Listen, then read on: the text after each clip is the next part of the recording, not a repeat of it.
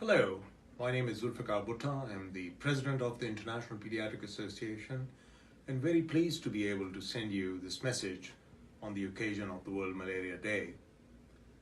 Few people realize that malaria is still a significant burden of morbidity and a cause of mortality amongst adults and children worldwide. We have close to around 200 million cases of malaria occurring every year, and close to around 300,000 deaths in children under 5 that take place in the same time period. And the vast majority of these deaths are amongst children in Africa, but they also take place in Southeast Asia and parts of the Eastern Mediterranean region. And it really ought not to be, because many of the interventions that we think can make a difference to the lives of families and mothers and children with malaria are well recognized and available. So intermittent treatment of malaria in pregnancy, which can be a huge intervention in terms of reducing the consequences of malaria affecting fetal growth and the mother's health, really ought to be much higher in terms of its coverage than the 50% or so targets that are achieved worldwide right now. Many of the simpler interventions like indoor residual spraying to take care of the vectors are still languishing at around 3 to 5% coverage, which ought to be much better than it is. And similarly, the global coverage rates of treatment for children with anti-malarial therapies, combination therapies, are at figures of around 40% or so, which ought to be much better than this in many geographies where children are affected by malaria on a daily basis.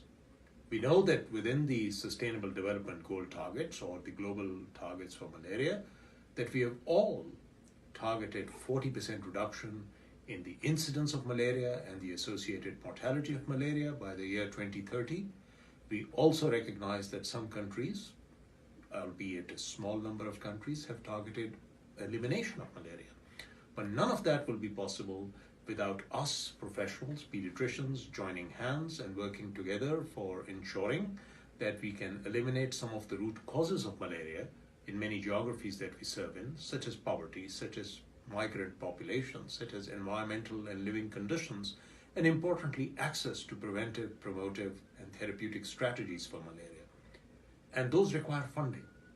So it is important for us to also advocate for the fact that we have only yet achieved roughly about 40-45% of the global funding target for malaria elimination and control. And this does not require trillions of dollars.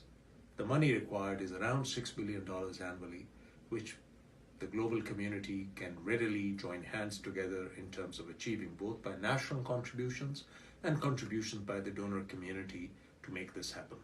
So I call upon you on this occasion to reaffirm once again the targets that pediatricians should have worldwide in terms of advocating for malaria control in the geographies that we serve in, which are endemic for malaria, and also as global citizens advocating for elimination of malaria within our lifetimes from many countries where this is indeed possible.